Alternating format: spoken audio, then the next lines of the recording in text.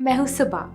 इस वीडियो में हम डिस्कस करेंगे कि हम अपनी बॉडी के अंदर जमे टॉक्सिन्स यानी गंदगी को कैसे निकाल सकते हैं। जैसे ही आप बॉडी में से टॉक्सिन्स निकालेंगे और बॉडी को अंदर से साफ करेंगे तो आपका वज़न अपने आप कम होने लगेगा, स्किन साफ हो जाएगी और पहले से बहुत ज़्यादा एनर्जी फील होगी। सबसे पहले तो ये जानना ज़रूरी है कि जब आप कुछ खाते हैं तो उसका बॉडी में जाके होता क्या है। पहले तो खाना आपके पेट में जाता है जहाँ पे वो टूटता है, फिर आपकी इंटेस्टाइन्स में यानी कि आपकी आंतों में, और आखिर में वो वेस्ट बन के बॉडी से बाहर निकल जाता है। लेकिन क्या आपको लगता है कि हर खाने को इस साइकिल को पूरा करने में सेम टाइम लगता है?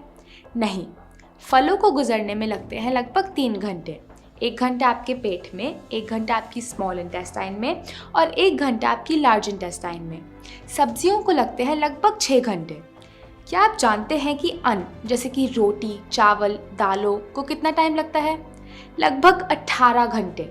अब ये एक एस्टिमेट है आपको एक आइडिया देने के लिए, लेकिन समझना ये है कि जिस खाने में पानी जितना कम होता है उसको बॉडी से निकलने में उतना ही ज़्यादा समय लगता है।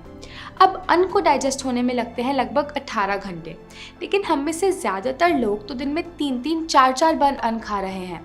मतलब पहले वाला पचा नहीं, हमने ऊपर से और डाल दिया और फिर नेचुरली पहले वाला खाना बॉडी से वेस्ट के रूप में बाहर नहीं निकलता। अंदर ही अंदर वो सड़ता है, वायरस, फंगस और कीड़े पैदा करता है। आपने शायद लोगों के पेट में कीड़े मिलने वाली स्टोरीज सुनी हो।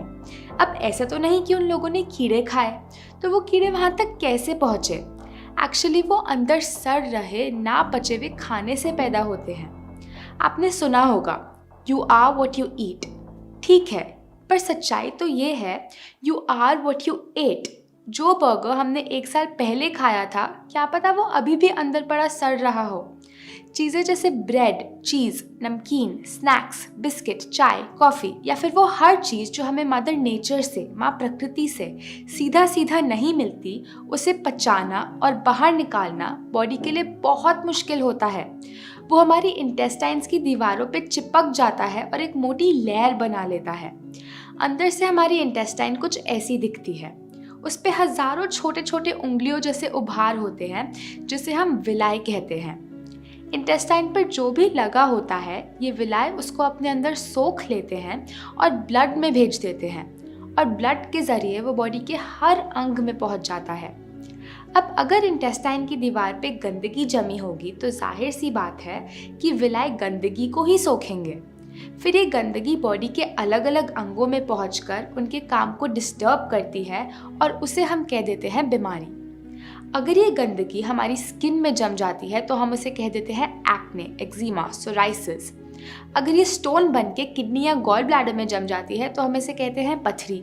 ऐसे ही मोटापा, अगर आपको वज़न कम करना है तो अंदर से गंदगी को निकालना होगा। अगर ये गंदगी ब्लड को भारी कर देती है और हार्ट को ब्लड को पंप करने के लिए ज़्यादा प्रेशर लगाना पड़ता है तो हम इसे कहते हैं हाई ब्लड प्रेशर। अगर ये ओवरीज में गांठ या सिस्ट बन के जम जाती है तो हम इसे कहते हैं PCOD, मेंस्ट्रुअल डिसऑर्डर्स।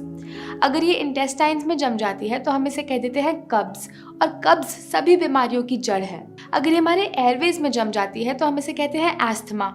अगर हमारी आर्टरी में जम जाती है तो हम इसे कह देते हैं कोलेस्ट्रॉल।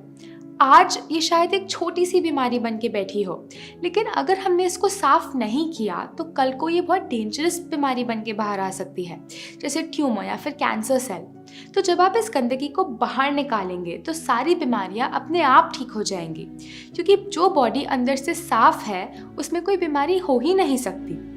हमारी ये ह्यूमन बॉडी माँ प्रकृति की एक बहुत कीमती गिफ्ट है। थोड़े दिनों बाद हम इसे माँ प्रकृति को वापस लौटा देंगे। जब तक के लिए हमारे पास है, हमारी ड्यूटी है कि हम इसे साफ रखें, बहुत सारी हेल्थ और एनर्जी के साथ, जैसा उन्होंने इसे हमारे लिए बनाया है। मान लीजिए एक गाड़ी है जो पेट्रोल के लिए बनी है। अगर आप उसके टैंक में पेट्रोल की जगह डीजल डाल देते हैं तो क्या वो चलेगी? नहीं। तो पहले आपको डीजल को निकालना होगा और फिर पेट्रोल डालना होगा। ऐसे ही आपकी बॉडी के साथ है। बनी तो थी वो इसके लिए, लेकिन डाल दिया हमने ये, तो कैसे चलेगी? तो पहला स्टेप है गंदगी को निकालना और फिर